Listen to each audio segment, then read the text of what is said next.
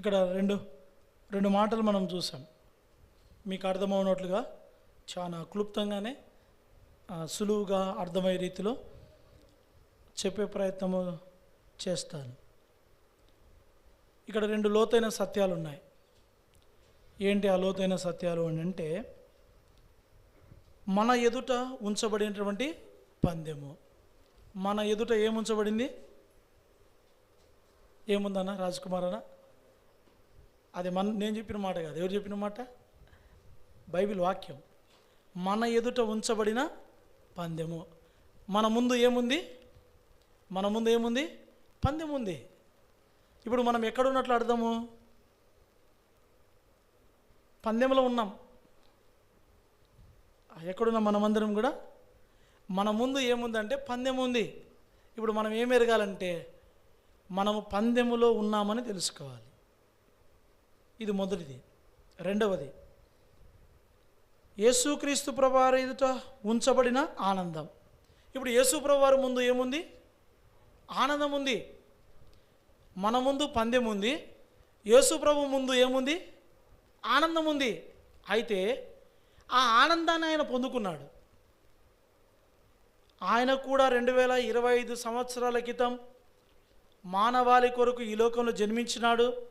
ఈ లోకంలో ఆయన జన్మించినప్పుడు ఆయన కూడా పందెంలో ఉన్నాడు. ఆ పందెమును ఆయన గెలిచినాడు. ఆ పందెమును ఆయన గెలిచినాడు కాబట్టి ఇప్పుడు ఆయన ఏం పొందుకున్నాడు? ఆనందాన్ని పొందుకున్నాడు. ఇప్పుడు యేసు ప్రభు ముందు ఏముంది? ఆనందం ఉంది. యేసు ప్రభు వారు ఆయన ఎదుట ఉంచబడినటువంటి ఆ ఆనందాన్ని పొందుకునే కంటే ముందుగా యేసు ప్రభు వారు ఆ ఆనందమును పొందుకునే కంటే ముందుగా ఆయన ఏం చేశాడో తెలుసా? 2 పనులు చేశాడు. యేసు ప్రభు వారు ఎట్లా పొందుకున్నాడు ఆనందాన్ని అన్నది మనం చూస్తున్నాం. యేసు ప్రభు వారు ఆనందాన్ని ఎలా పొందినాడంటే, ఆ ఆనందమును పొందాలంటే ఏం చేయాలో తెలుసా? అవమానాన్ని నిర్లక్ష్య పెట్టాలా. రెండవది, సిలువను సహించాలా. అర్థమైందా? ఇప్పుడు యేసు ప్రభు ఆనందాన్ని ఎలా పొందుకున్నాడంటే, ఆ ఆనందం పొందుకునే క్రమంలో ప్రభుని యేసుక్రీస్తు ప్రభువారు అవమానాన్ని నిర్లక్ష్య పెట్టినాడు. రెండవది, సిలువను సహించినాడు. యేసు ప్రభువారు అవమానమును ఎట్లా నిర్లక్ష్య పెట్టినాడు అంటే, ఈ మాటలో దాగి ఉన్నటువంటి ఒక అక్షర సత్యం ఏంటంటే, యేసు ప్రభువారు అవమానించబడ్డాడు. చెప్పండి, యేసు ప్రభువారు ఏమైనాడు? అవమానించబడ్డాడు. ఆయన అవమానించబడడానికి ఇష్టపడ్డాడు. అయితే ఆయనకు అవమానం కలుగుతుంది అని ఆయనకు తెలుసు. ఆయనకు అవమానము జరుగుతుందని ఆయనకు తెలుసు. అయినను సరే ఆ అవమానమును ఏం చేసినాడు చెప్పండి? నిర్లక్ష్య పెట్టాడు. అక్కడే ఉంది, బైబిల్లో ఉంది. నేను తిరిగి చెప్తున్నా, మీరు చెప్పే ప్రయత్నం చేయండి. అంతే కదా? మీరు నాకు నేను సప్లై చేయాలంటే మీరు నాకు రిప్లై చేయాలి. సప్లై, రిప్లై, ఈ రెండు జరిగితేనే సజావుగా సాగుతుంది సభ. అందుకే మీరు మధ్యలో నాకు మీరేం చేయాలా? రిప్లై ఇవ్వండి, నేను సప్లై చేస్తూనే ఉంటాను. యేసుక్రీస్తు ప్రభువారు దేనిని నిర్లక్ష్య పెట్టినాడు? లలితమ్మక్క, ఏదాన్ని నిర్లక్ష్య పెట్టినాడు? అవమానాన్ని నిర్లక్ష్య పెట్టినాడు. అంటే ఆయనకేం జరిగింది? అవమానము జరిగినా సరే ఆ అవమానమును లెక్కలోకి వేసుకోలే. ఇక్కడ మనం ఒక్క నిమిషం ఆగుదాం. అసలు యేసుప్రభుకి ఏం అవమానం జరిగింది? ఎందుకు ఆయన అవమానపరచబడాలా? దేనికి ఆయన అవమానం పొందాలా? దేనికి ఆయన అవమానించబడాలా? ఇది తెలియాలా. ఎందుకు యేసుప్రభు వారికి అవమానం కలగాల? దేనికోసం యేసుప్రభుకు అవమానం కలగాల అని అంటే ఇప్పుడు మనం చూస్తాం. ఈరోజు లోకం అయితే యేసుప్రభును దూషిస్తుంది, యేసుప్రభు పిల్లలను కూడా దూషిస్తుంది. అయితే వాళ్ళు దూషిస్తూ ఉంటే మన వాళ్ళకు కానీ మనకు కానీ ఏమొస్తూ ఉంది? కోపం వస్తూ ఉంది. కానీ వాక్యంలో ఏముందో తెలుసా? అవమానాన్ని మనం ఏం చేయాలా? యేసు ప్రభువే మనకు చూపించిన మాదిరి ఏంటంటే అవమానాన్ని మనం ఏం చేయాలా? నెగ్లెక్ట్ చేయాలా, లెక్కలోకి వేసుకోకూడదు. అవమానాన్ని నిర్లక్ష్యం పెట్టాలా, ఆ అవమానాన్ని మనం లెక్కలోకి వేసుకోకూడదు. ఇది తెలుసుకోవాలి. వాళ్ళు మనల్ని అవమానిస్తున్నారు, వాళ్ళు మనల్ని దూషిస్తున్నారు, వాళ్ళు మనల్ని లెక్క చేయటం లేదు, వాళ్ళు మనల్ని హేళన చేస్తున్నారు, వారు మనల్ని ఆడిపోసుకుంటున్నారు, వారు మనల్ని తిడుతున్నారు, వారు మనల్ని తక్కువ చేస్తున్నారు, వారు మనల్ని లెక్కలోకి లేక వేసుకోవడం లేదు. అయితే వాక్యం ఏముంది? అవమానం ఏం చేయాలా? నిర్లక్ష్య పెట్టాలి.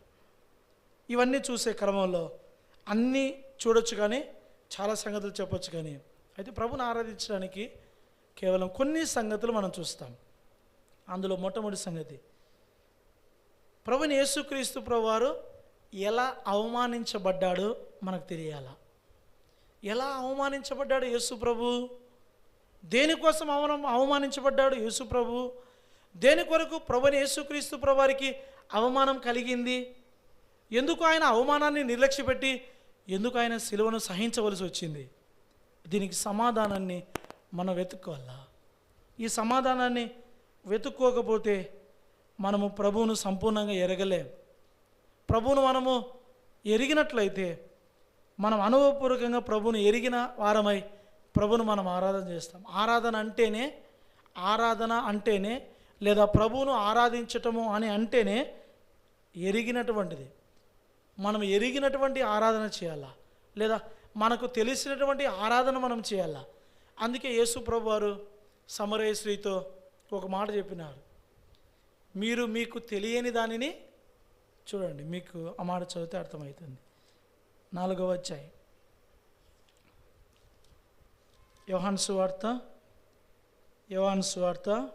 4వ అధ్యాయము 22వ వచనంలో చూడండి ఏ మాట ఉందో. యేసు ప్రభు చెప్పినటువంటి మాటే. యోహాను సువార్త 4వ అధ్యాయము 22వ వచనంలో ఏమన్నాడు యేసు ప్రభు వారు?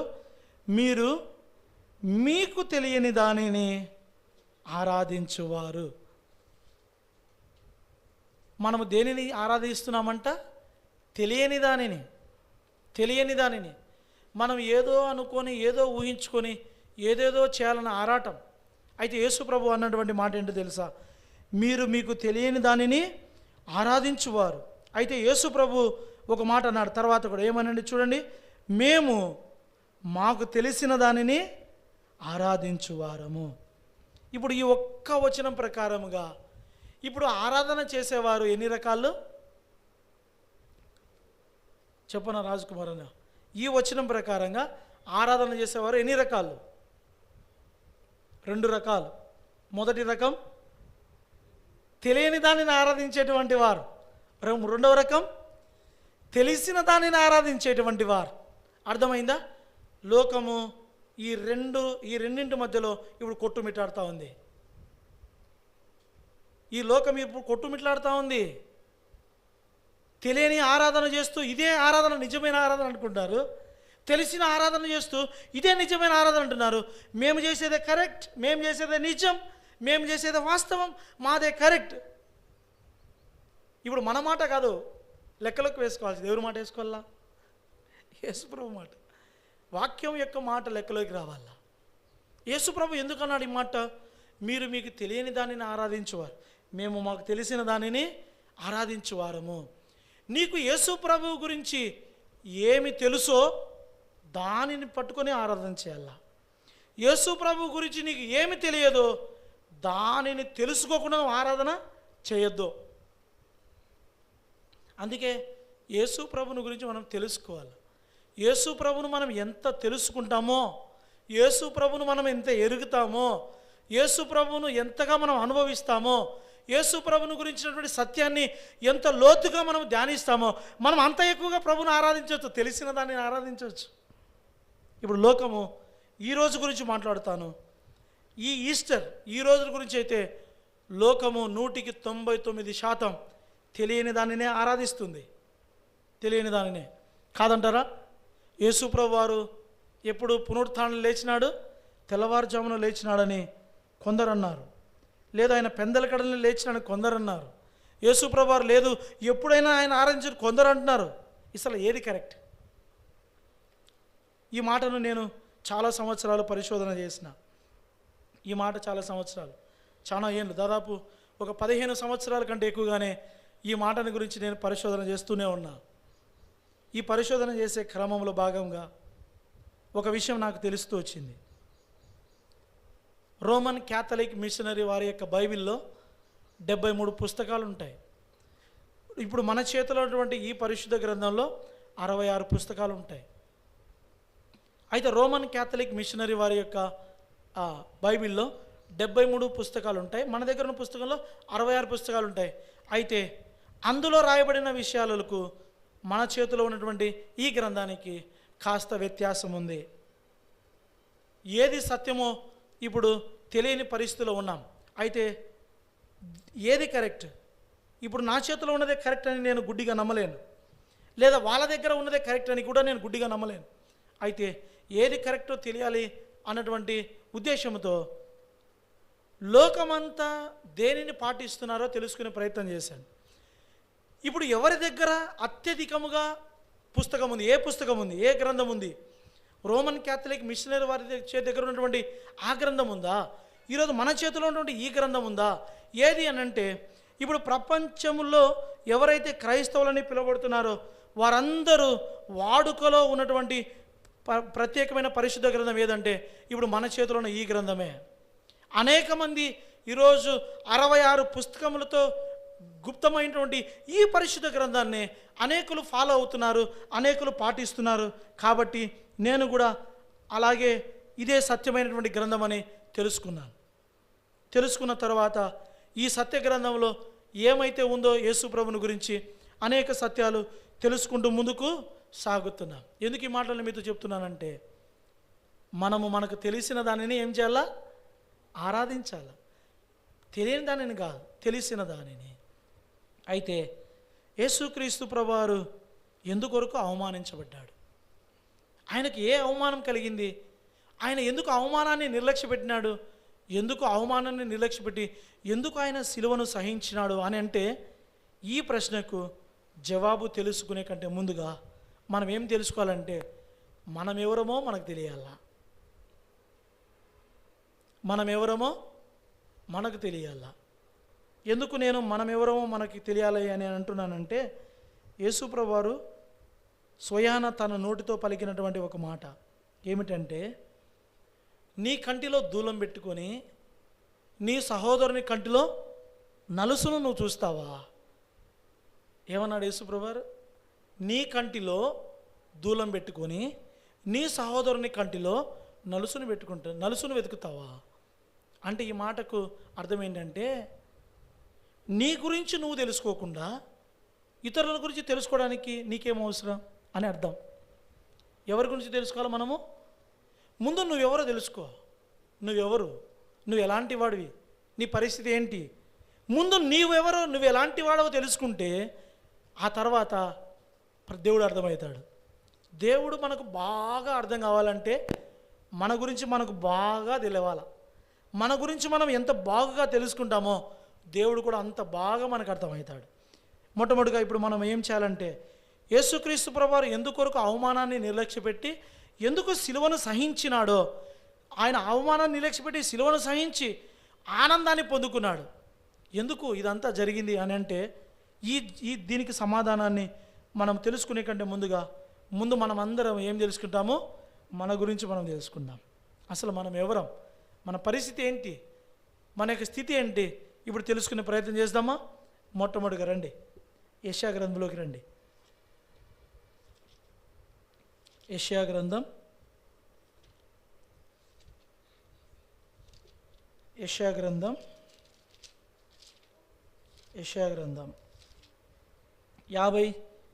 59వ అధ్యాయం. యెషయా గ్రంథం 59వ అధ్యాయము. యెషయా గ్రంథం, గోల్డ్ బాగా కూర్చున్నాను, విను, సౌండ్ చేయొద్దు, వినాలి, చెప్పేది వినాలి, సరేనా? యెషయా గ్రంథం 59వ అధ్యాయం. మనం ఎవరమో మన గురించి మనం తెలుసుకుంటున్నాం. ఇప్పుడు 59వ అధ్యాయము 3వ వచనం. మీ చేతులు రక్తము చేతను మీ వ్రేళ్ళు దోషము చేతను అపవిత్రపరచబడి ఉన్నవి, మీ పెదవులు అబద్ధములాడుచున్నవి, మీ నాలుక కీడును బట్టి మాటలాడుచున్నది. 6వ వచనం, వారి పట్టు బట్ట నేటకు పనికిరాదు, వారు నేసినది ధరించుకుంటూ ఎవనికి వినియోగింపదు, వాని క్రియలు పాప క్రియలే, వారు బలాత్కారము చేయువారే. 7వ వచనం, వారి కాళ్ళు పాపము చేయ పరిగెత్తుచున్నవి, నిరపరాధులను చంపుటకు అవి త్వరపడును, వారి తలంపులు పాపహేతుకమైన తలంపులు, పాడును నాశనమును వారి త్రోవలలో ఉన్నవి.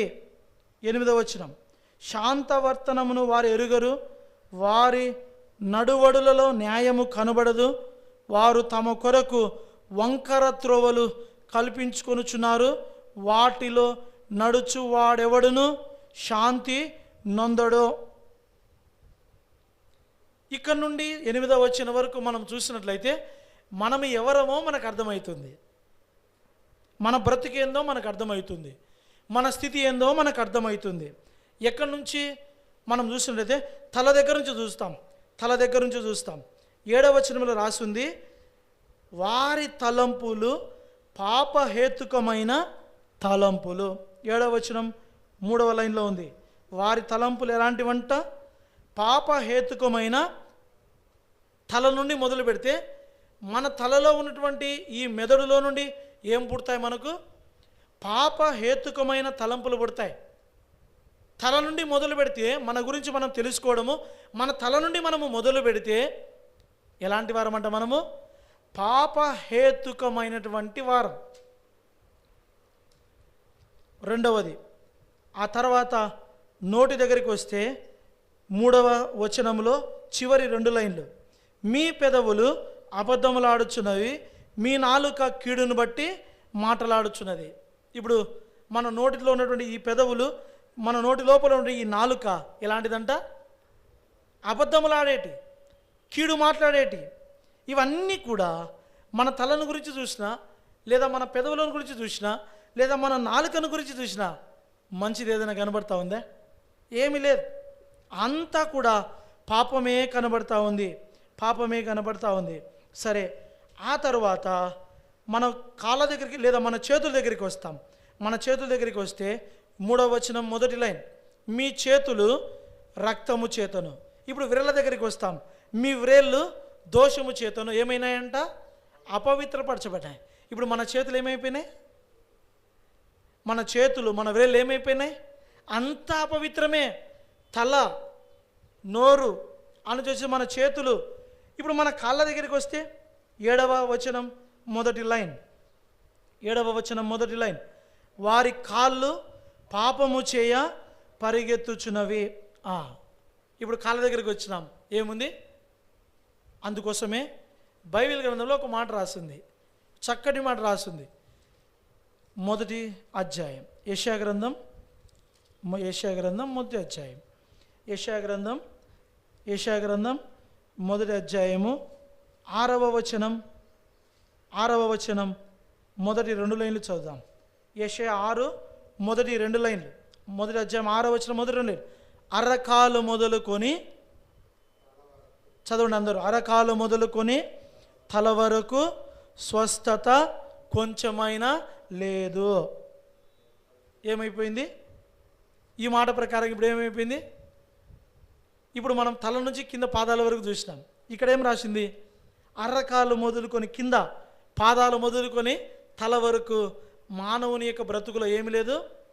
కొంచెము కూడా ఇసువంతైనా, ఇసుక రేణువంతైనా, లేదా కొంచెమైన ఒక చుక్క బొట్టైనా ఏమి లేదు, స్వస్థత లేదు. కొంచెం కూడా లేదు. ఇది మన బ్రతుకు. ఇలాంటి బ్రతుకులో ఉన్నటువంటి ఈ మానవుడు, ఇలాంటి నీచమైనటువంటి బ్రతుకుతున్నటువంటి ఈ మానవుడు ఎంత ఎగిసిపడుతున్నాడు కదా. ఇది మానవుని బ్రతుకు. ఇలాంటి బ్రతుకుతున్నటువంటి మానవుడికి ఎంత ఎగసిపడటమో. తన గురించి తాను తెలుసుకునే ప్రయత్నం చేయడు. నేను ఎలాంటి వాడినో, నా స్థితి ఎలాంటిదో, నా యొక్క బ్రతుకు ఎలాంటిదో తెలుసుకునే ప్రయత్నం చేయడు. అయితే లేఖనం చెబుతుంది, అరకాలు మొదలుకొని తల వరకు స్వస్థత కొంచెం కూడా బ్రతుకుతున్నటువంటి ఈ మానవుడికి దేవునికి ఏమైనా మధ్య సంబంధం ఉంటుందా? ఇలాంటి మానవునికి దేవుడితో ఏ సంబంధం? ఇలాంటి మానవునికి దేవుడితో ఎలాంటి సంబంధం? ఏ సంబంధము లేదు. అయితే ఇలాంటి మానవుణ్ణి దేవుడు ఏం చేసినాడు? ఇలాంటి మానవుని ఏం చేసినాడు దేవుడు? హెబ్రీయులకు రాసిన పత్రిక దగ్గర రండి. హెబ్రీయులకు రాసిన పత్రిక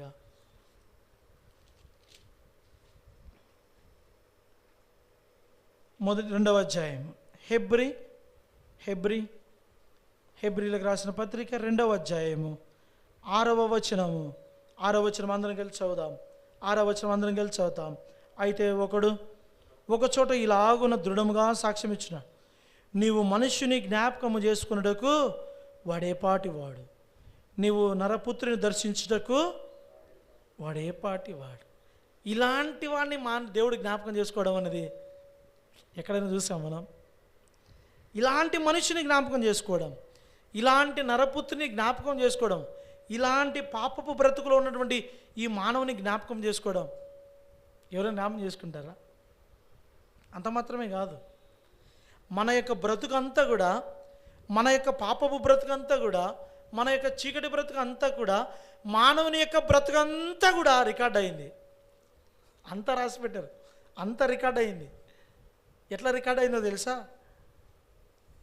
పూస గుద్దినట్లు. ఏం గుద్దినట్లు? ఇప్పుడు సీసీ కెమెరాలు ఇక్కడ ఉన్నాయనుకో, ఇప్పుడు నేను ఏం మాట్లాడుతున్నానో లేదా నేను ఎలా ప్రవర్తిస్తున్నానో అంతా ఏమవుతుంది? అలాగే అరకాలు మొదలుకొని తల వరకు స్వస్థత కొంచెం కూడా లేకుండా బ్రతుకుతూ మానవుడు ఇష్టానుసారంగా పాపము చేసినటువంటి ప్రతిదీ కూడా రికార్డ్ అయింది. ఇర్మియా గ్రంథం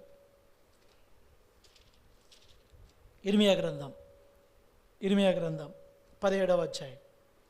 ఇర్మియా గ్రంథం 17వ అధ్యాయం 2వ వచనం అందరం చదువుదామా? ఇర్మియా 17:2.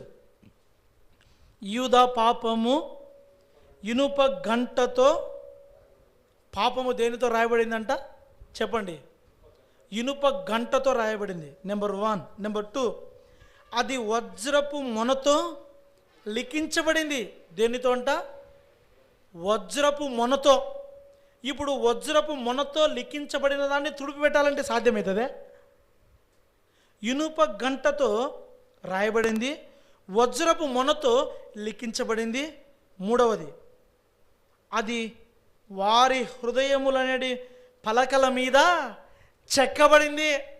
ఇప్పుడు చెప్పండి, ఎవరెవరము ఏ ఏ పాపము అరకాల మొదలుకొని తల వరకు చేసినామో అదంతా ఎక్కడ రాయబడింది? ఎక్కడ రాయబడిందమ్మా? నా హృదయం మీదనా? నా పాపాలు నా హృదయం మీద రాయబడినాయి, నీ పాపము నీ హృదయం మీద రాయబడింది. ఎవరెవరి పాపాలు ఎక్కడెక్కడ రాయబడినాయి? ఎవరి మీద రాయబడినాయి చెప్పండి? ఎవరెవరి పాపాలు వారి వారి హృదయముల మీద చెక్కినాడు. ఎలా చెక్కినా అంటే ఇక్కడ ఇక్కడ ఇక్కడ ఉంది కదా, ఈ చెక్క మీద మేము ప్రింట్ చేస్తాం, ఈ చెక్క మీద ప్రింట్ అయింది, ఇది ప్రింట్ అయింది. కానీ మన పాపము చెక్కబడింది, దాని మీద ఏమైంది? చెక్కబడింది. అది ఎట్లా చెక్కబడింది? ఎక్కడ చెక్కబడింది అంటే హృదయం మీదనే. తప్పించుకుంటావా? అందుకే దానిని బైబిల్ భాషలో ఏమంటారంటే మనస్సాక్షి అంటారు. ఏమంటారు దాన్ని? మనస్సాక్షి అంటారు దాన్ని. ఈ మనస్సాక్షి మన మీద సాక్షి. ఈ మనస్సాక్షి మన మీద సాక్షి. మనం ఎక్కడెక్కడ ఎట్లా ఏ విధానంలో ఏమైతే ఎక్కడెక్కడైతే పాపము చేసినామో అదంతా కూడా ఏమైంది? లిఖించబడింది. ఎట్లా లిఖించబడిందో తెలుసా? పరిశీలించి లిఖించబడింది. ఎట్లా పరిశీలించినాడు తెలుసా? ఎక్కడి నుంచి పరిశీలించినాడు తెలుసా? ఎక్కడి నుంచి చూసి పరిశోధించాడు తెలుసా? కీర్తన 14:2 చూడండి కావాలంటే. కీర్తనలు 14:2 చూడండి. కీర్తనలు 14:2. వివేకము కలిగి దేవుణ్ణి వెదకువారు, చదువుదాం, అందరం చదువుదాం. కీర్తన 14:2. వివేకము కలిగి దేవుని వెదకువారు కలరేమోనని యెహోవా ఆకాశము నుండి చూచి నరులను పరిశీలించి రాస్తున్నాడు. ఎక్కడి నుంచి చూస్తున్నాడంట? చెప్పండి, అందరూ చెప్పండి, ఎక్కడి నుంచి చూస్తున్నాడు? ఆకాశంలో నుంచి చూస్తున్నాడు. ఇప్పుడు ఎవ్వరు చూడలేదనుకున్నామేమో, ఎవ్వరు దీన్ని చూడకపోవచ్చు. ఎవరు నేను చేసే తప్పు, నేను చేసే పాపము, నేను చేసే అతిక్రమము, నేను చేసేది ఏది కూడా ఒకవేళ ఎవ్వరు చూడలేదు అనుకోవచ్చేమో. కానీ అయితే ఒకడు చూస్తున్నాడు. ఎక్కడి నుంచి చూస్తున్నాడు? ఎక్కడి నుంచి చూస్తున్నాడంట? ఆకాశం నుంచి చూస్తున్నాడు. ఆకాశం నుంచి నరులను ఏం చేస్తున్నాడంట? పరిశీలిస్తున్నాడు. పరిశీలించి ఇప్పుడు ఏం చేస్తున్నాడంట? ఇనప గంటతో రాస్తాడు, వజ్రపు మొనతో లెక్కిస్తున్నాడు. వారి వారి హృదయములనేది పలక మీదనే. ఇవన్నీ కూడా ఏమవుతాయి తెలుసా? ఒకరోజు ఇవన్నీ కూడా ఏమవుతాయంటే ఒకరోజు కీర్తనలు 98 చూడండి. కీర్తనలు 90వ సంఖ్య, కీర్తనలు సంఖ్య 90 చదవండి. 8వ వచనం అందరు చదువుతాం. 8వ వచనం, మా దోషములను నీవు, అందరు చదువు, అర్థం చేసుకుంటూ చదువు. మా దోషములను నీవు నీ ఎదుట ఉంచుకొని ఉన్నావు, నీ ముఖ కాంతిలో మా రహస్య పాపాలు కనబడతాయి. మన దోషములన్నీ ఎక్కడ పెట్టుకున్నాడంట? చెప్పరు? ఆయన ఎదుట పెట్టుకున్నాడు. ఆయన ఎదుట పెట్టుకున్నాడు. ఒకరోజు మన బ్రతుకంతా ఆయన ముఖకాంతిలో ఏమవుతుంది? నేను పాపం చేయలేదని చెప్పడానికి వీల్లేదో, నేను పొరపాటు చేయలేదని చెప్పడానికి వీల్లేదో, నేను తప్పిదం చేయలేదని నన్ను మోసం చేయొచ్చు, ఎవరైనా మోసం చేయొచ్చు, ఎవరైనా నువ్వు మోసం చేసి మాట దాటుకొని తప్పించుకొని వెళ్ళిపోవచ్చు, నువ్వు ఏమైనా చేయొచ్చు. కానీ ఒకరికి మాత్రం చిక్కుతావు, ఒకరి చేతికి మాత్రం చిక్కుతావు. ఆ రోజు డిస్ప్లేలో అంత స్క్రీన్ మీద కనబడుతుంది. ఏమేమి చేసినామో, ఎట్లెట్లా చేసినామో, టైం, ప్లేస్, డేట్, సిచ్యువేషన్ అన్నీ కూడా వజ్రపు మొనతో ఏం చేసినాడు? రాసినాడు. ఆ ఇనుప గంటతో లిఖించినాడు. అవన్నీ హృదయం లోపల సీడీ మనం ఏం చేస్తాం? DVD ప్లేయర్లోకి ఏం చేయాలి? సీడీని లోపలికి పంపితేనే అప్పుడు ఏమవుతుంది? అప్పుడు ఎప్పుడైతే DVD ప్లేయర్ లోపలికి పోతుందో సీడీ అంతా, అప్పుడు బొమ్మ కనబడుతుంది ఆడ. ఆ రోజు మన బొమ్మ కనబడుతుంది ఆడ. అందుకే ఆయన స్వయంగా ఎంత రౌద్రంగా ఒక మాట పలికినాడంటే, ఆ మాట చదివినప్పుడల్లా భయం నాకు. చూడండి ఎంత రౌద్రంగా పలికినాడు ఆయన. ఇర్మియా గ్రంథం 23వ అధ్యాయము, ఇర్మియా గ్రంథం 23వ అధ్యాయము చదువుదామా? 24వ వచనం అందరం కలిసి గోల్డ్ బాగుచ్చు వినాలి. ఇర్మియా గ్రంథం 23వ అధ్యాయము 24వ వచనం అందరం చదువుదామా? ఏం రాజకుమార్ అన్న ఎతుకులాడుతున్నావే? 647 పేజీ నెంబర్. ఇర్మియా గ్రంథం 23వ అధ్యాయము 24వ వచనం. అందుకే బైబిల్ ముందు చదివితే ఎతుకులాడుకునే పని ఉండదు చర్చిల్లో. ఇర్మియా గ్రంథం 23వ అధ్యాయము 24వ వచనం చదువుదామా? యెహోవా సెలవిచ్చిన మాట ఏదనగా, నాకు కనబడకుండా రహస్య స్థలములలో దాగగలవాడెవడైనా కలడా? నేను భూమి ఆకాశముల ఎన్నంతటా ఉన్నవాడను కానా? ఇదే యెహోవా వాక్కు. నాకు కనబడకుండా రహస్య స్థలములలో దాగగలవాడెవడైనా కలడా? నేను భూమి ఆకాశముల ఎందంతటా ఉన్నవాడను కానా? మనము పుట్టినది మొదలుకొని ఇప్పటి వరకు ఏమేమి చేశామో అన్నీ ఎవరికి తెలుసు? ఆయనకు ఏది కూడా మరుగు లేకుండా తేటగా స్పష్టంగా ఆయన కనబడింది. మానవుని బ్రతుకంతా కూడా ఆయన రికార్డ్ చేసి పెట్టినాడు. ఇప్పుడు చెప్పండి, ఆయన ఆకాశములో నుండి ఇప్పుడు మానవులను ఒకసారి తొంగి చూసినాడు. రోమిలికి రాసిన పత్రిక 3వ అధ్యాయం. రోమిలికి రాసిన పత్రిక 3వ అధ్యాయము 10 నుంచి చదువుదాం. 10వ వచనం నుంచి చదువుదాం. ఇందుని గురించి రాయబడినది ఏమనగా, నీతిమంతుడు లేడు, ఒక్కడు లేడు, గ్రహించువాడు లేడు, దేవుని వెదుకువాడు లేడు, అందరూ త్రోవ తప్పి పనికి మాలిన వారైనారు, మేలు చేయవాడు లేడు, ఒక్కడు లేడు. వారి గొంతుక తెరిచిన సమాధి, తమ నాలుకతో మోసం చేస్తారు. వారి పెదవుల కింద సర్ప విషం ఉంది, వారి నోటి నుండి శపించడము పగ ఉన్నాయి. రక్తము చిందిన వారి పాదములు పరిగెత్తుచున్నాయి. నాశనమును కష్టమును వారి మార్గంలో ఉన్నాయి. శాంతి మార్గము వారు ఎరుగరు. వారి కన్నుల ఎదుట దేవుని భయము లేదు. ఇది మానవుని బ్రతుకో. ఇలాంటి మానవుడు ఇప్పుడు దేవునితో కలుసుకోవడం సాధ్యమా? ఇలాంటి మానవుడు ఇప్పుడు దేవునితో ఉండడం సాధ్యమా? అయితే ఇదంతా దేవుడు ముందే చెప్పినాడు, ఆజ్ఞను అతిక్రమించొద్దు అని. ఎవరైతే దేవుని యొక్క మాటను అతిక్రమిస్తారో ఆయన ముందే చెప్పినాడు ఏదైనా తోటలో ఒక కండిషన్ కూడా పెట్టినాడు, మీరు దీనిని అతిక్రమించొద్దు. అతిక్రమిస్తే ఏమవుతుందంటే మరణం వస్తుంది. ఆయన శాసనం రాసినాడు. ఏడ రాసినాడు? ఏదైనా తోటలో ఒక శాసనం రాసినాడు. మరణ శాసనము ఎక్కడ ఉండునో, మరణ శాసనము రాసిన వాని మరణము అవశ్యంగా అయితేనే తప్ప. చదవండి హెబ్రీలకు రాసిన పత్రిక, హెబ్రీలకు రాసిన పత్రిక 9వ అధ్యాయం. హెబ్రీలకు రాసిన పత్రిక 9వ అధ్యాయము చదువుదాం. 16-17 వచనాలు. హెబ్రీ 9, 16, 17 వచనాలను కలిసి చదువుతాం. మరణ శాసనం ఎక్కడ ఉండునో అక్కడ మరణ శాసనము రాసిన వాని మరణము అవశ్యము. ఆ శాసనము రాసినవాడు మరణము పొందితేనే అది చెల్లును. అది రాసినవాడు జీవించుచుండగా అది ఎప్పుడైనను చెల్లునా. ఇప్పుడు మానవుడు ప్రతి విషయంలో దేవుని మాటను అతిక్రమించినాడు.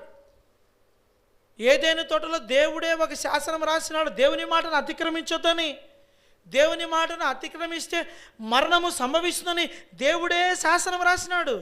అయితే మానవుడు కాదు, మానవులందరూ ఏదైనా తోటలో మానవుడు మొదలుకొని ఆ ఒక్కనిలో నుండి వచ్చినటువంటి మానవులందరూ కూడా ఏమైనారు? దేవుని యొక్క మాటను అతిక్రమించినారు. దేవుని యొక్క మాటను అతిక్రమించినారు అంటే శాసనాన్ని అతిక్రమించినారు. దేనిని అతిక్రమించినారు? రాజుకు శాసనము రాసే అధికారమే ఉంటుంది, కానీ ఆ అధికారాన్ని రాజు కొట్టివేసే అధికారం రాజుకు, ఏ రాజుకు లేదు. భూమి మీద కానీ దేవునికి కూడా లేదు. ఆ శాసనాన్ని కొట్టివేసి మరణ శాసనము రాయడమే రాజుకు తెలుసు. అయితే ఆ మరణ శాసనము రాసిన వాడు ఆ శాసనాన్ని ఉల్లంఘించాలంటే ఆ రాజు ప్రాణం పొందాలా, లేదా ఆ రాజు చనిపోవాలా. ఇప్పుడు దేవుడికి ఆ కండిషన్ వచ్చింది. మానవులందరూ కూడా తప్పిపోయినారు, మానవులందరూ కూడా పాపం చేసినారు, మానవులందరూ కూడా దారి తొలగిపోయినారు. ఇక మానవులో ఏమి లేదు, శాంతి లేదు. ఆ మానవులకు శాంతి ఇవ్వడానికి వచ్చినాడు. ప్రయాసపడి భారం మోసుకొనిచున్న సమస్త జనులారా నా ఎదుగు రండి. ఆయన పిలిచినాడు. ఎందుకు పిలిచినాడో తెలుసా? ఆయన మరణించడానికి భూమి మీదకి వచ్చినాడు కాబట్టి. ఆయన దేనికోసం వచ్చినాడు? ఒక పుణ్యకార్యం చేయడానికి వచ్చినాడు భూమి మీదకి. ఒక పుణ్యకార్యం చేసి ఆ పుణ్యకార్యం ద్వారా కృపను దానముగా అందరికి మానవులకు పడేసి ఆయన మరణం పొంది వాళ్ళందరినీ లాక్కోవాలనే మరణ శాసనము రాసిన వాడు మరణించడానికి భూమి మీదకి వచ్చినాడు. మరణ శాసనము రాసిన వాడు మరణించడానికి ఎక్కడికి వచ్చినాడు? అది గుడ్ ఫ్రైడే రోజు. ఆ రోజు ఆయన మరణించినాడు. యేసుక్రీస్తు ప్రభువారు సమాధి చేయబడినాడు. తిరిగి పునరుత్థానమై 3వ రోజున ఏం చేసినాడు? ఆయన లేచినాడు. అయితే ఒక విషయం చెప్పంటారా? ఇప్పుడు దేవుడు రాసినటువంటి ఆ శాసనము మనకు దేవునికి మధ్యలో అడ్డొచ్చింది. మనమందరం పాపం చేశాం కదా. మనం చేసినటువంటి పాపం అంతా ఎక్కడ రాయబడింది? ఒక పత్రంలో రాసింది కదా. ఎక్కడ రాసబడింది? ఎక్కడ రాశాడు? మన హృదయం అనే పత్రం మీద, మన హృదయం అనే పలక మీద, ఈ పత్రం మీద ఏం రాయబడినాయి? మన పాపం అంతా రాయబడింది, రైట్? ఇప్పుడు దేవుడు పరిశుద్ధుడు, మనము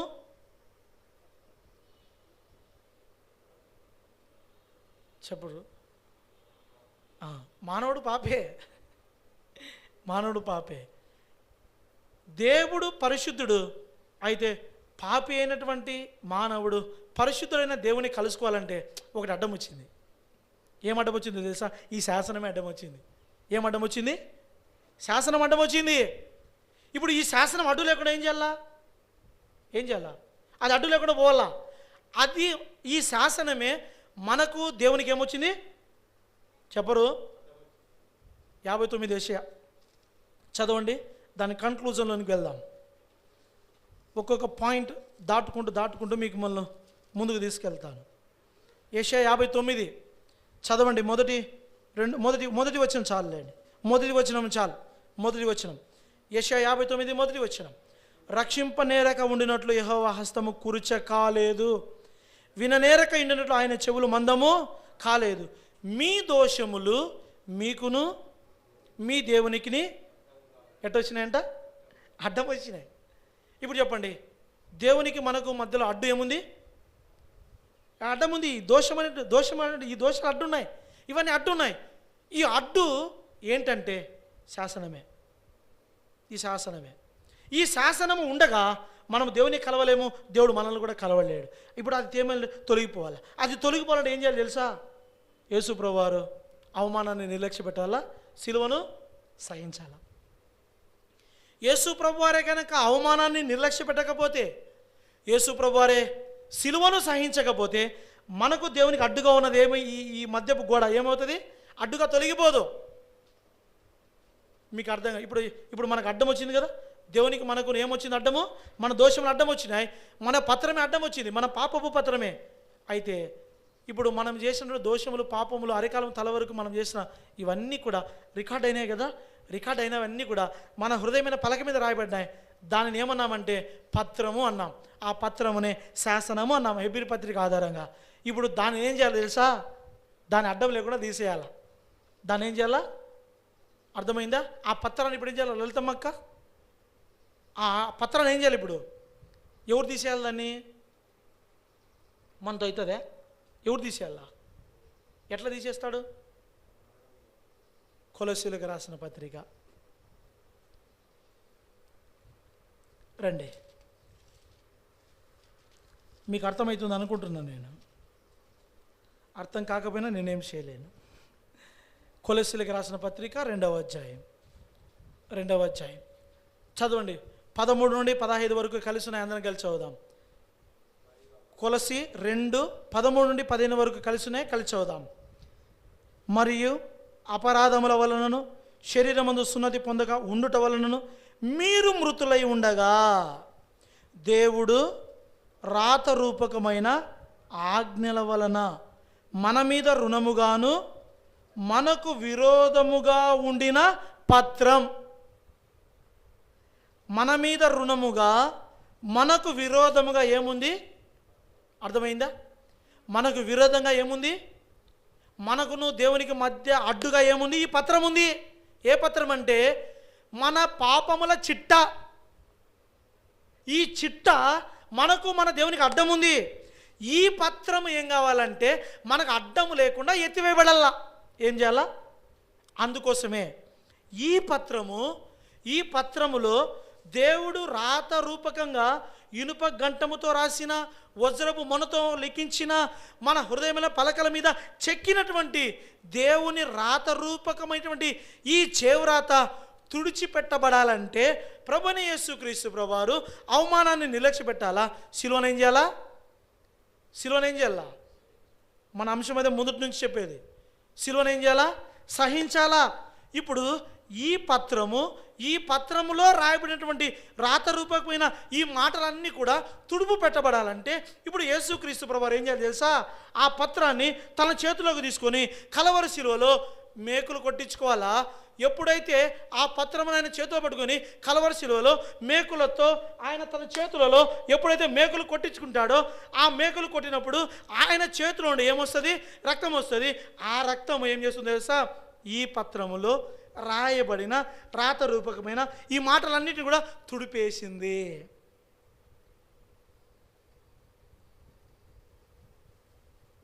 అర్థమైందా? ఇప్పుడు చదవండి. ఇప్పుడు చదవండి ఆ మాట మళ్ళీ అక్కడి నుండి చదవండి. దేవుడు రాత రూపకమైన కానీ చదవండి ఏమర్థమవుతుందో. దేవుడు రాత రూపకమైన ఆజ్ఞల వలన మన మీద రుణముగాను మనకు విరోధముగా ఉండిన పత్రమును మేకులతో ఏం చేసినారు? సిలువకు కొట్టి దాని మీద చేవ్రాతను ఏం చేసినారు? తుడిచివేసి. ఇప్పుడు ఏమైనాడు? మనకు అడ్డము లేకుండా దానిని, అర్థమైంది అనుకుంటున్నా, అర్థమైందా? మనకు విరోధంగా ఉంది ఒక పత్రము, మనకన్నీ లిఖించబడిన దాంట్లో ఇప్పుడు దాని మీద ఉన్నది, మనకు అడ్డంగా ఉన్నది, దానిలో మన గురించి రాయబడిన అన్ని తుడిపి పెట్టబడాలంటే యేసుక్రీస్తు ప్రభువారు సిలువలోకి రావాలా, ఆ సిలువలో ఆయన సహించాలా, ఆ సిలువలో యేసుక్రీస్తు ప్రభువారు మేకులతో కొట్టబడాలా, ఆ మేకులతో కొట్టినప్పుడు ఆయన రక్తమంతా కారాలా, ఆయన రక్తము కారినప్పుడు ఆ యొక్క పత్రం మీద ఆ రక్తం పడాలా, ఆ పత్రం మీద ఆ రక్తం పడినప్పుడు దాని మీద చివరాత ఏమైపోవాలా? తుడిచిపోవాలా.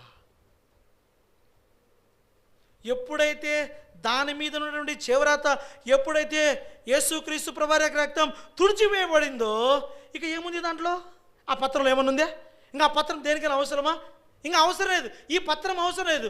దేవునికి మానవునికి ఇక మధ్యలో ఈ పత్రం అవసరం లేదు. ఎత్తి బయటపడినరా దీన్ని ఏం వేసినారు? ఆ మాటనే బైబిల్ భాషలో సముద్ర అగాధ జలములలో దాన్ని ఏం చేసినాడు దేవుడు? ఇంకో చోట రాయబడింది, వీపు వెనక వైపున ఏం చేసినాడు? వీపు వెనక వైపు పడేసినాడు. ఇంకొక చోట రాయబడింది, ఇక ఎన్నటికి జ్ఞాపకం చేసుకోకుండా ఆయన దాన్ని ఎత్తేసినాడు.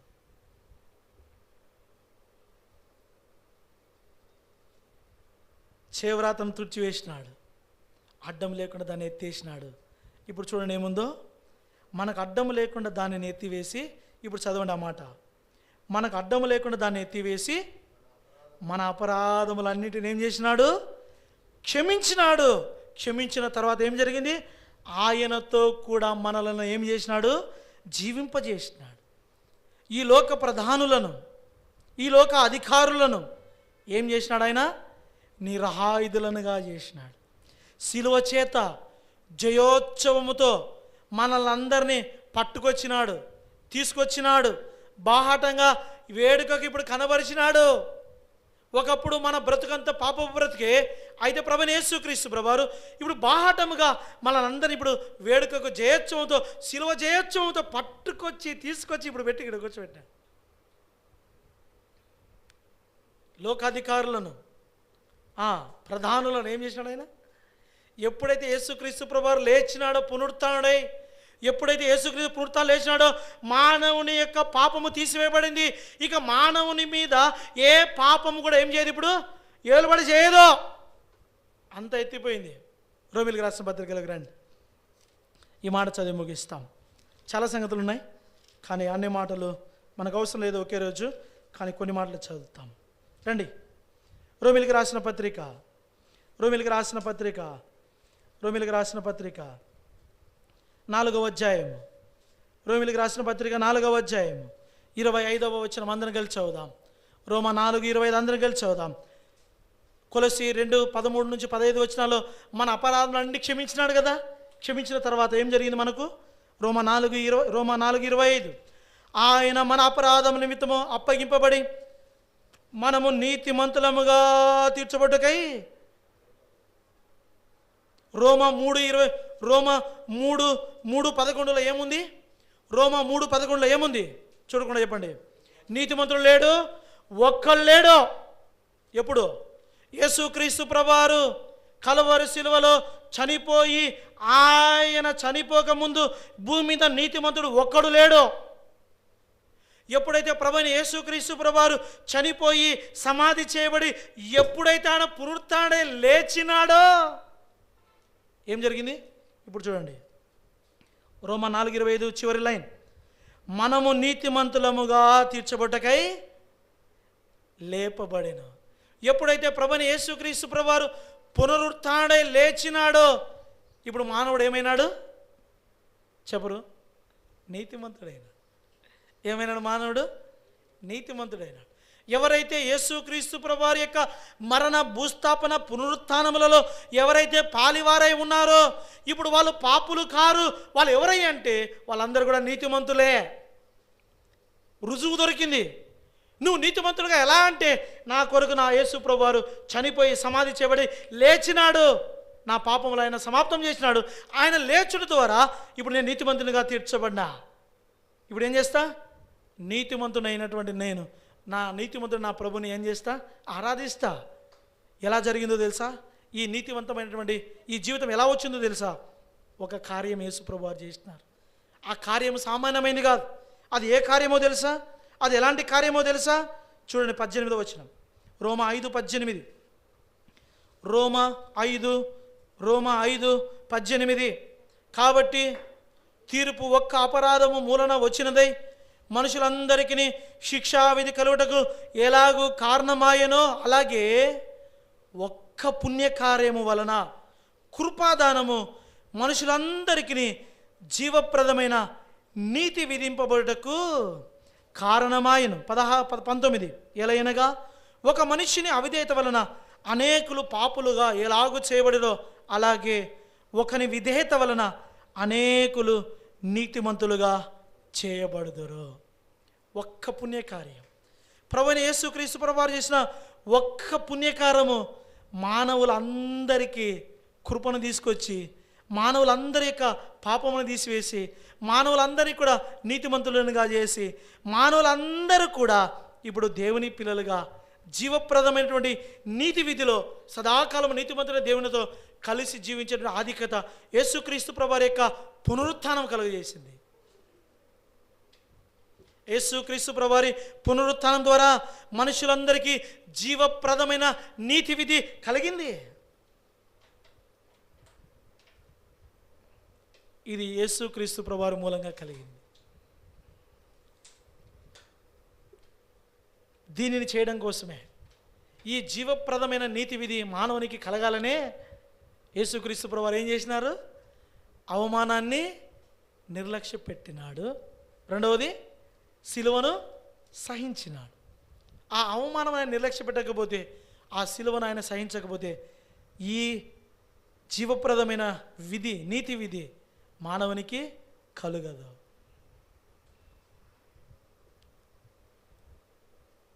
ఇప్పుడు చెప్పండి, ఎలాంటి మానవుడు ఎలాంటి ప్రభు చేత ఎలా అయినాడో మనుషుని జ్ఞాపకం చేసుకున్నట్టుకు వాడేపాటి వాడు, నరపుత్రుని దర్శించుటకు వాడేపాటి వాడు, ఏపాటి వాళ్ళం మనం? పరమ నీచ మానవులమైన మనలను ఆయన ప్రేమించి ఆయన భూమికి దిగొచ్చి ఆయన చేసిన ఆ ఒక్క పుణ్యకార్యం వల్ల ఈరోజు మనం నీతిమంతులుగా చేయబడినాం. ఎన్ని అవమానాలు భరించాడో తెలుసా ఆయన? ఇంకా నేను ఆయన అవమానాలలో కొన్ని కూడా నేను చూపించలే. కానీ మానవుని బ్రతుకు తర్వాత ఏం చేశాడు? కానీ ఇప్పుడు చాలా విషయాలు ఉన్నాయి. యేసు ప్రభుని ఎలా అవమానించినారు అనేది అది ఒక్క పూటలో చెప్పేది కాదు, కొన్ని రోజులు పడుతుంది. అయితే యేసు ప్రభువు ఎలా అవమానించబడ్డాడో ఈ ఒక్క మాట చూపించి మనం ఆరాధన కొరకై హృదయమార ఆయన ఆరాధించడానికి యోగ్యంగా ఉంటుంది. కాబట్టి ఈ మాట చూపించి ముగిస్తాను. యెషయా గ్రంథం. పిల్లలు మాట్లాడుతున్నానా? వినండి. మీకు కూడా అవసరమే ఈ మాటలు, మీకు అర్థం కావాలా? సరేనా? మీరు కూడా వినండి. మీరు కూడా యేసు ప్రభు పిల్లలే కదా. గోల్డీ, నువ్వు యేసు ప్రభు పిల్లవు కాదా? మరి విను. యెషయా గ్రంథం 50వ అధ్యాయం విను. చూడు జీసస్ని ఎలా అవమానం చేసినారో చెప్తున్నాను, విను. యెషయా గ్రంథం 50వ అధ్యాయం యేసు ప్రభుని ఎలా అవమానించినారో ఈ ఒక్క మాట చూపించి ముగిస్తాను. ఆయన అవమానాన్ని నిర్లక్ష్య పెట్టాడు కదా, అవమానం ఎలా నిర్లక్ష్య పెట్టి ఇప్పుడు చూపించే ప్రయత్నం చేస్తున్నాను. యెషయా గ్రంథం 50వ అధ్యాయము చదవండి, 6వ వచనం. యెషయా 50వ అధ్యాయము 6వ వచనం. కొట్టువారికి నా వీపును అప్పగించి తిని, వెంట్రుకలు పెరికివేయ వారికి నా చెంపలను అప్పగించి తిని, ఉమ్మివేయ వారికి, అవమానపరచు వారికి నా ముఖమును. యేసుక్రీస్తు ప్రభువారిని కొరడా దెబ్బలు కొడతామంటే ఇష్టపూర్వకంగా ఆయన తన వీపును అప్పగించినాడు. కొట్టండి. అవమానాన్ని నిర్లక్ష్య పెట్టినాడు. కొరడా దెబ్బలు కొట్టడం అంటే నీచాతి నీచమైన తీర్పు. ఆ నీచమైనటువంటి ఆ తీర్పును ఆయన పొంది నిన్ను కొరడా దెబ్బలు కొడతామంటే కొట్టువారికి తన వీపుని ఏం చేసినాడు? అప్పగించినాడు. ఇష్టం వచ్చినట్లు కొట్టినారు. ఆయన తల మీద వెంట్రుకలు ఉన్నాయి కదా, ఆయనను సభ దగ్గరికి ఎట్లా తీసుకుపోయినా తెలుసా? వెంట్రుకలు పట్టుకొని ఈడ్చుకొని పోయినారు. ఏం చేసినారు?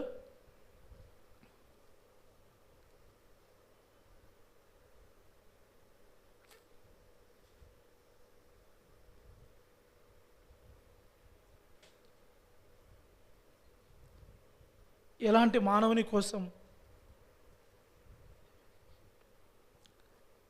ఎలాంటి దేవుడు ఎలాంటి అవమానాన్ని పొందినాడో చూడండి. కొట్టువారికి వీపున పొగిచ్చినాడు. ఆయన వెంట్రుకలు పట్టుకొని ఈడ్చుకొని పోయినారు.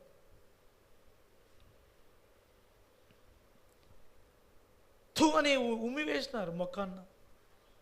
ఉమ్మి వేస్తే నా ముఖం మీద ఎవరైనా ఉమ్మి వేయాలంటే చేతులు అడ్డు పెట్టుకుంటాం. నీకు ఒక విషయం తెలుసా? నీకోసము నా కోసం ఆయన ఉమ్మి వేయించుకున్నాడు. చేతులు అడ్డు పెట్టుకోలే. ఉమ్ము వేసే వాళ్ళకి ఆయన తన ముఖాన్ని కూడా ఏం చేయలేదు, దాచుకోలే. ఆయన పొందిన అవమానము సామాన్యమైంది అనుకుంటున్నావా?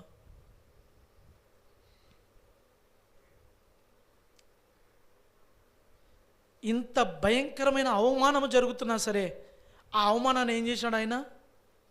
నిర్లక్ష్య పెట్టినాడు. నా పిల్లల కోసం ఎంత అవమానాన్ని నేను పొందడానికి సిద్ధమే.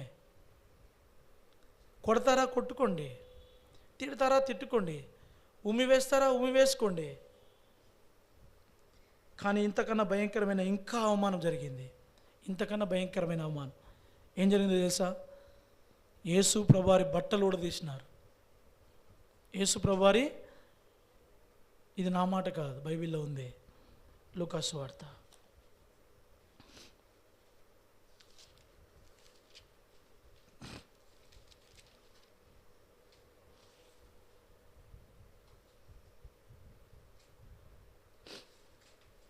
లూకా సువార్త 23వ అధ్యాయం.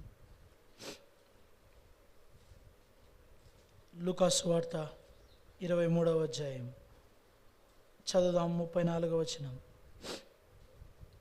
లూకా సువార్త 23వ అధ్యాయం 34వ వచనం. యేసు, తండ్రి, వీరేమి చేయుచున్నారో వీరెరుగరు గనుక వీరిని క్షమించమని చెప్పాను. వారు ఆయన వస్త్రములు పంచుకొనుటకై ఏం చేసినారు? చీట్లు వేసినారు. ఆయన వస్త్రాలను ఊడబెరికినారు. ఆయన వస్త్రాలను ఊడబెరికి ఆయనను వస్త్రహీనునిగా చేసి ఆ వస్త్రాలను ఏం చేసినారో తెలుసా? వాళ్ళందరూ పంచుకున్నారు. ఇంకా మీకు బాగా అర్థం కావడానికి రండి, మత్తయి సువార్త 27వ అధ్యాయం. మత్తయి సువార్త 27వ అధ్యాయం. మత్తయి సువార్త 27వ అధ్యాయము 31వ వచనం. మత్తయి సువార్త 27వ అధ్యాయము 31వ వచనం. ఆయనను అపహసించిన తరువాత ఆయన మీదనున్న ఆ అంగీని తీసివేసి ఏం చేసినారు? ఆయన మీద ఉన్న ఆ అంగీని, యేసుక్రీస్తు ప్రభువారు ధరించేటువంటి వస్త్రము నిలువుటంగి, ఆ నిలువుటంగిని ఏం చేసేసినారు? తీసివేసినారు. యేసు ప్రభువారిని బట్టలు లేకుండా న్యూడ్గా నిలబెట్టినారు. ఇది అవమానం కాదంటారా? ఇంతకన్నా అవమానం ఏదైనా ఉందంటారా? చెప్పండి. యేసుక్రీస్తు ప్రభువారు అవమానాన్ని ఏం చేసినాడు? నిర్లక్ష్య పెట్టినాడు. ఎవరి కోసం? ఎవరి కోసం? నా కోసమే. నా కోసమే. నా కోసం ఇంత అవమానాన్ని ఆయన నిర్లక్ష్య పెట్టి, నా కోసము ఆయన సిలువలో అంతగా సహించి ఈనాడు నన్ను రక్షించుకున్నాడు.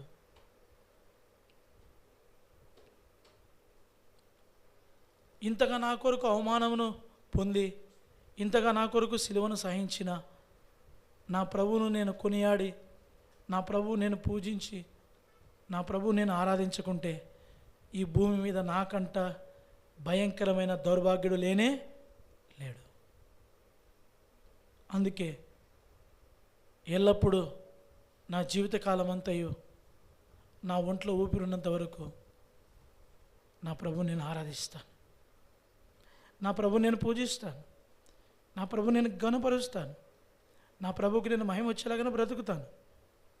ఎందుకంటే నా కొరకు ఆయన అవమానాన్ని నిర్లక్షించి, నా కొరకు శిలువను సహించి, ఈనాడు నా కొరకు ఆయన మరణం పొంది, ఆయన తిరిగి లేచి పాపి అయిన నన్ను నీతిమంతునిగా చేసి ఈనాడు ఆయన బిడ్డగా ఆయన సొత్తుగా చేసుకున్నాడు. ఎట్లా నేను ఆయన స్తుతించకుండా మౌనంగా ఉంటాను? ఎట్లా నేను ఆ శిలువ కార్యమును నా కొరకు భరించి, నా కొరకు నిందలు, అవమానాలు, వేదనలు పొంది, నా కొరకు మరణం పొంది నన్ను బ్రతికించడానికి తిరిగి పునరుత్థానం లేచిన నా దేవుణ్ణి నేను ఆరాధిస్తాను. మరి నీ సంగతి ఏమి? నువ్వు ఆరాధిస్తావా? నీ ప్రభు నీ కొరకు చేసిన కార్యాలు తలబోసుకొని నీ ప్రభును ఘనపరుస్తావా? నీ తీర్మానం ఏమి? ఈ పునరుత్థానముడై తిరిగి లేచిన యేసుక్రీస్తు ప్రభువారి శ్రేష్టమైన విజయుడైన ఈ దేవుని దినమున, పరిశుద్ధ దినమున నీ తీర్మానం ఏమి? ఏ తీర్మానం చేత నువ్వు ఇక్కడికి వచ్చినావో నాకు తెలియదు. అయితే ఈ తీర్మానం చేత నువ్వు ప్రభును ఆరాధించి ఈ స్థలం నుంచి వెళితే అది దేవునికి మహిమ. నా ప్రభు నేను చిరకాలము, సదాకాలము నా కొరకు ప్రాణం పెట్టిన నా ప్రభును నేను మనసారా, హృదయమారా ఆరాధిస్తూనే ఉంటానని నువ్వు ప్రభును ఆరాధిస్తావా? అటు మనందరము ప్రభును ఆరాధిస్తే ఈ పునరుత్థాన దినమున ప్రభువుకి ఏమొస్తుంది? ఘనమైన నివాళి, ఘనమైన మహిమ ఆయనకు వస్తుంది. కనుక మనందరము అలాంటి మనఃపూర్వకంతో, పూర్ణ మనస్సుతో, పూర్ణ బలముతో, పూర్ణ ఆత్మతో ఆ ప్రభుని ఏం చేస్తాం? మనసారా ఆరాధిస్తాం, హృదయమారా ఆరాధిస్తాం. దయచేసి ప్రారంభించండి.